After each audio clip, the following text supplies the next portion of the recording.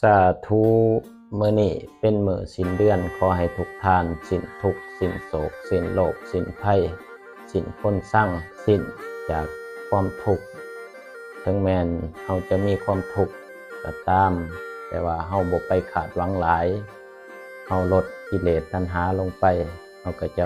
มีความสุขสิ้นคนเศร้าถึงแม้น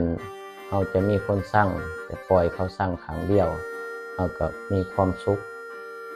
ดังนั้นในมื้อสิ้นเดือนนี้อาตมาภาพขออวยพรให้ทุกท่านมีความสุขกายสบายใจเป็นมื้อที่สิ้นทุกข์สิ้นโศกสิ้นโรคสิ้นภัย